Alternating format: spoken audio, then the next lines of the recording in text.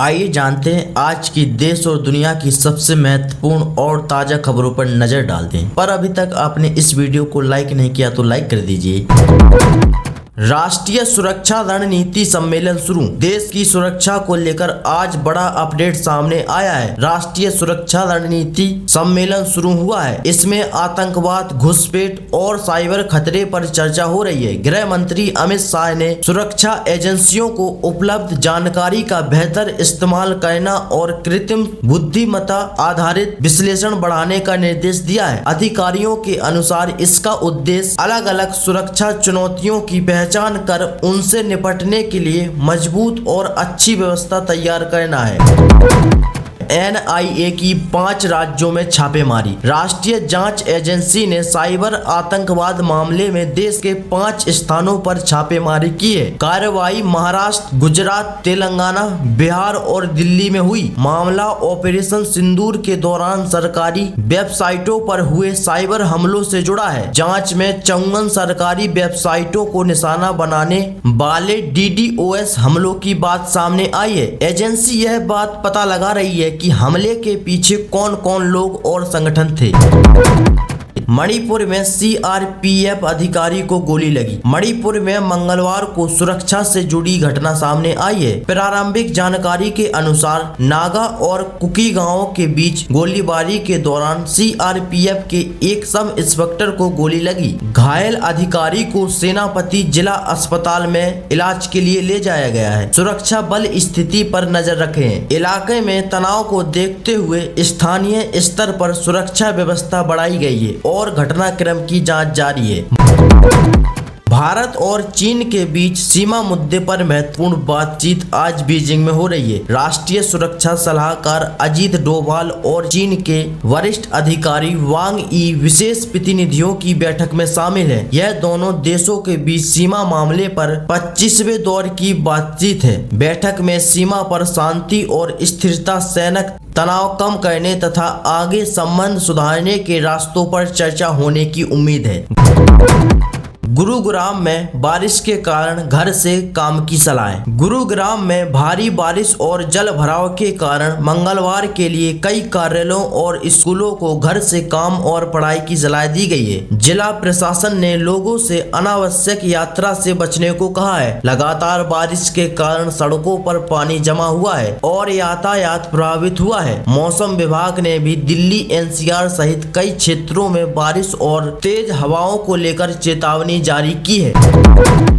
कई राज्यों में भारी बारिश का अलर्ट। देश के कई हिस्सों में आज भी भारी बारिश का खतरा बना हुआ है। मौसम विभाग के अनुसार 24 से 30 अगस्त के बीच अलग अलग राज्यों में तेज बारिश, गरज और तेज हवाएं चल सकती है। मध्य प्रदेश, उड़ीसा और उत्तराखंड में कुछ जगह बहुत बारिश की संभावना है। उत्तर भारत, पूर्व, उत्तर और दक्षिण के कई राज्यों में भी मौसम खराब रहने का अनुमान है। लोगों से सावधानी बरतने की सलाह दी गई है। उड़ीसा में कई स्कूल बंद। उड़ीसा में भारी बारिश और बाढ़ के कारण आज कुछ स्कूल बंद रखे गए हैं। नवरंगपुर जिले में सभी स्कूलों को बंद रखने का फैसला किया गया है। भद्रक जिले के 89 संवेदनशील स्कूल भी बंद हैं। प्रशासन ने बच्चों की सुरक्षा को देखते हुए यह कदम उठाया है। राज्य के कई हिस्सों में बारिश का असर बना हुआ है और स्थानीय अधिकारियों से मौसम की स्थिति देखकर आगे के फैसले लेने को कहा गया है। अमरावती अस्पताल में आग, 3 नवजातों की मौत। महाराष्ट्र के अमरावती स्थित सरकारी अस्पताल के नवजात शिशु वार्ड में आग लगने से 3 नवजात बच्चों की मौत की खबर सामने आई है। घटना सोमवार की सुबह हुई थी। आग अस्पताल की 3री मंजिल पर बने नवजात देखभाल वार्ड में लगी थी। शुरुआती जानकारी में आग लगने के कारणों की जाँच की जा रही है। घटना के बाद अस्पताल की सुरक्षा व्यवस्था और आग से बचाव के इंतजामों को लेकर सवाल उठे हैं।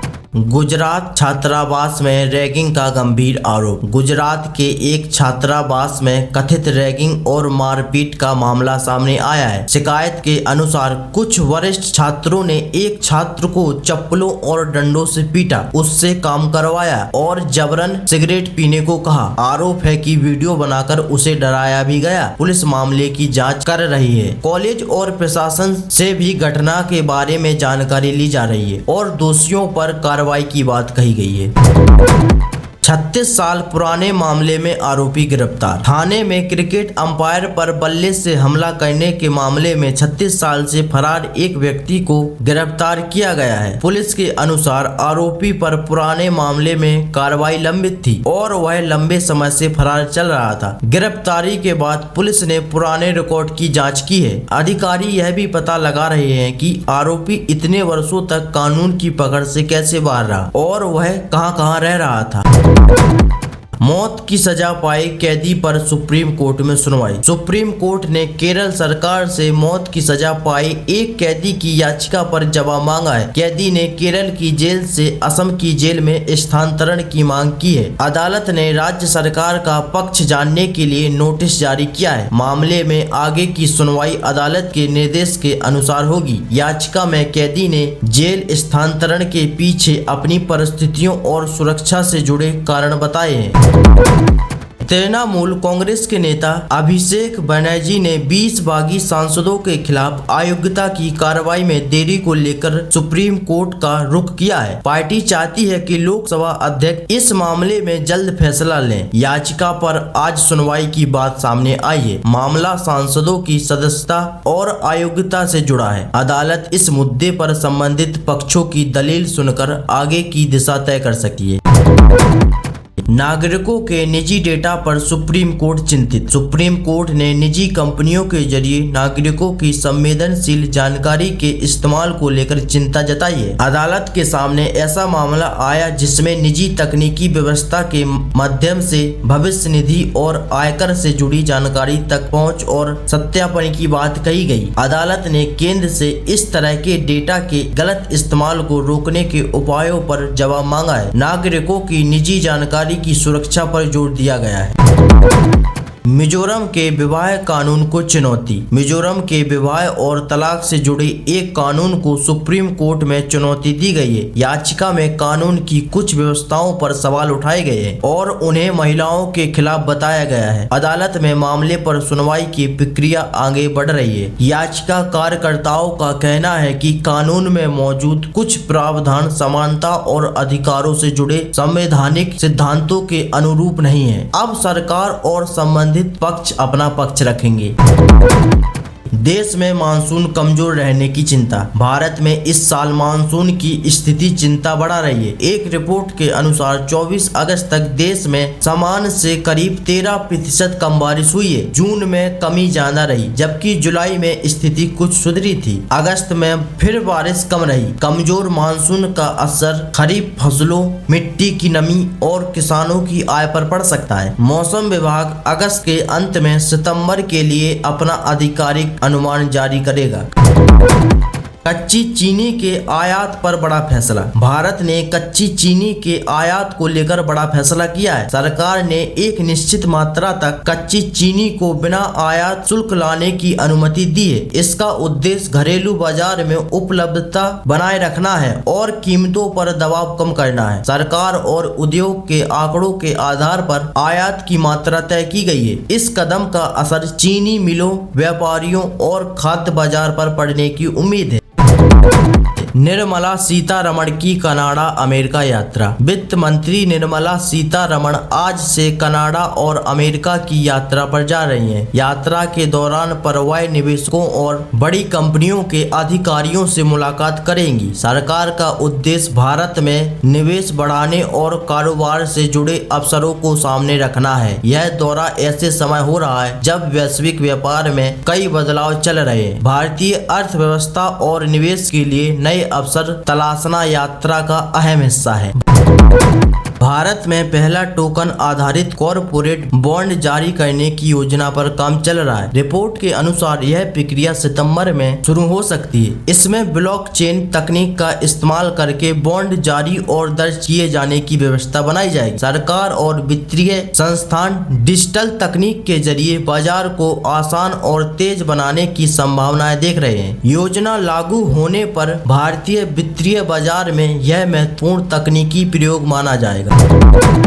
TCS और पोर्शे के बीच बड़ा समझौता। TCS ने पोर्शे की ऑटोमोटिव तकनीकी इकाई खरीदने और 5 साल का बड़ा समझौता करने की योजना की जानकारी दी है। सौदे की कुल कीमत करीब 1.46 अरब डॉलर बताई गई है। TCS के अनुसार इससे उसे वाहन तकनीक और डिजिटल सेवाओं के क्षेत्र में काम बढ़ाने में मदद मिलेगी। यह समझौता भारत की बड़ी IT कंपनी के वैश्विक कारोबार विस्तार की दिशा में महत्वपूर्ण कदम माना जा रहा है। इंडिया पोस्ट की डिजिटल सेवाओं में विस्तार। भारतीय डाक ने अपनी कई सेवाओं को डिजिटल मंच पर लाने की जानकारी दी है। अब नागरिक एक ही डिजिटल व्यवस्था के जरिए पार्सल बुकिंग, बचत खाते और बीमा से जुड़ी सेवाओं का इस्तेमाल कर सकेंगे। इसका उद्देश्य लोगों को हर छोटी सेवा के लिए डाकघर जाने की जरूरत कम करना है। डिजिटल व्यवस्था बढ़ने से सेवा लेने की प्रक्रिया आसान होने और समय बचने की उम्मीद है, खासकर नियमित ग्राहकों के लिए। कई राज्यों में आज बैंक बंद। आज 25 अगस्त को देश के कुछ राज्यों में बैंक बंद है। इसका कारण स्थानीय त्योहार और क्षेत्रीय अवकाश है। सभी राज्यों में बैंक बंद नहीं है। इसके लिए ग्राहकों को अपनी शाखा की स्थिति पहले जांचनी चाहिए। ऑनलाइन बैंकिंग, मोबाइल बैंकिंग और ATM जैसी सेवाएं सामान्य रूप से उपलब्ध रहने की संभावनाएं हैं। भारतीय रिजर्व बैंक के अवकाश कैलेंडर के अनुसार अगस्त में अलग अलग राज्यों में अलग अलग दिनों पर बैंक अवकाश होते हैं। अमेरिका जाने वाले भारतीय छात्रों की संख्या घटी। अमेरिका में भारतीय छात्रों के लिए एक नई चिंता सामने आई है। एक रिपोर्ट के अनुसार 2025 से 2026 में अमेरिका में स्नातक पढ़ाई के लिए आवेदन करने वाले भारतीय छात्रों की संख्या पिछले साल की तुलना में 15% कम हुई। रिपोर्ट में बदलती आव्रजन नीतियों को एक कारण बताया गया है। भारत लंबे समय से अमेरिका में अंतर्राष्ट्रीय छात्रों का बड़ा स्रोत रहा है। नई स्थिति से शिक्षा और विदेश जाने की योजनाओं पर असर पड़ सकता है। नीट PG एडमिट कार्ड को लेकर अपडेट। नीट PG 2026 के एडमिट कार्ड को लेकर आज महत्वपूर्ण अपडेट सामने आया है। रिपोर्ट के अनुसार एडमिट कार्ड जारी होने की तारीख आगे बढ़ाई गई है और अब इसके कल जारी होने की जानकारी दी गई है। परीक्षा से जुड़े छात्रों को आधिकारिक सूचना पर नजर रखने की सलाह है। इसी बीच परीक्षा से जुड़े प्रश्न पत्र लीक के दावों को भी अधिकारियों ने फर्जी बताया है। छात्रों को केवल आधिकारिक जानकारी पर भरोसा करना चाहिए। रेवंत रेड्डी के अमेरिका दौरे पर विवाद। तेलंगाना के मुख्यमंत्री रेवंत रेड्डी के अमेरिका दौरे को लेकर बड़ा विवाद बना हुआ है। उनके कार्यालय के अनुसार यात्रा में कुछ बैठकों की योजना थी, लेकिन विदेश मंत्रालय से अनुमति नहीं मिली। इनमें न्यूयॉर्क के मेयर से संभावित मुलाकात भी शामिल थी। मुख्यमंत्री ने केंद्र पर भेदभाव का आरोप लगाया है। उनके कार्यालय ने कहा कि कुछ कार्यक्रम केवल प्रस्तावित थे। मामले को लेकर राज्य और केंद्र के बीच राजनीतिक बयानबाजी जारी है। अयोध्या के कार्यक्रम को लेकर सियासी विवाद। अयोध्या में कांग्रेस नेता अजय राय से जुड़े एक कार्यक्रम को लेकर भाजपा और कांग्रेस के बीच राजनीतिक विवाद सामने आया है। कार्यक्रम में भोजन को लेकर दोनों दलों के नेताओं ने एक दूसरे पर सवाल उठाए हैं। उत्तर प्रदेश के मुख्यमंत्री योगी आदित्यनाथ और कांग्रेस नेताओं की ओर से बयान दिए गए हैं। विवाद का केंद्र कार्यक्रम में परोसे गए भोजन और उसके राजनीतिक इस्तेमाल को लेकर है। दोनों पक्ष अपनी अपनी बात रख रहे हैं। दक्षिण सूडान में UN शांति सैनिकों पर हमला। दक्षिण सूडान में संयुक्त राष्ट्र शांति मिशन के दल पर घात लगाकर हमला हुआ है। संयुक्त राष्ट्र के अनुसार 2 शांति सैनिकों की मौत हुई और 7 लोग घायल हुए। घायलों में 3 संयुक्त राष्ट्र शांति सैनिक, दक्षिण सूडान के 2 पुलिसकर्मी और 2 नागरिक कर्मचारी शामिल हैं। हमले की जगह और जिम्मेदार लोगों की जानकारी जुटाई जा रही है। संयुक्त राष्ट्र ने घटना की गंभीरता पर चिंता जताई और सुरक्षा पर जोर दिया। अमेरिका के सुप्रीम कोर्ट ने राष्ट्रपति डोनाल्ड ट्रंप के डाक से मतदान सीमित करने वाले आदेश पर आगे बढ़ने का रास्ता साफ किया है। आदेश पर पहले कई कानूनी चुनौतियां आई थी। अदालत के फैसले के बाद प्रशासन इसे लागू करने की कोशिश कर सकता है। हालांकि चुनाव से पहले इसके प्रभाव को लेकर अभी कई सवाल उठे हैं। कुछ राज्यों ने अपने डाक मतदान सिस्टम की सुरक्षा के लिए कानूनी विरोध जारी रखने की बात कही है।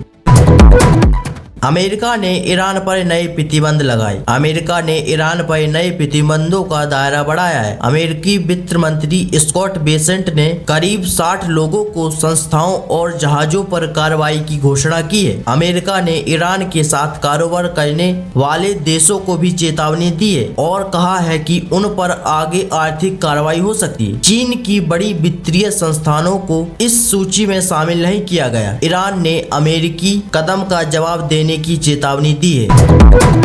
कनाडा अमेरिका के खिलाफ जवाबी शुल्क की तैयारी में। अमेरिका और कनाडा के बीच व्यापार विवाद और बढ़ गया है। अमेरिका ने कनाडा के करीब 20 अरब डॉलर के सामान पर 50% शुल्क लगाया है। इसके जवाब में कनाडा ने जवाबी शुल्क लगाने की तैयारी की है। प्रधानमंत्री मार्क कार्नी ने अमेरिकी दावा का विरोध किया है। दोनों देशों के बीच व्यापार वार्ता टूटने के बाद तनाव बढ़ा है। इसका असर दोनों देशों के उद्योग और कारोबार पर पड़ सकता है।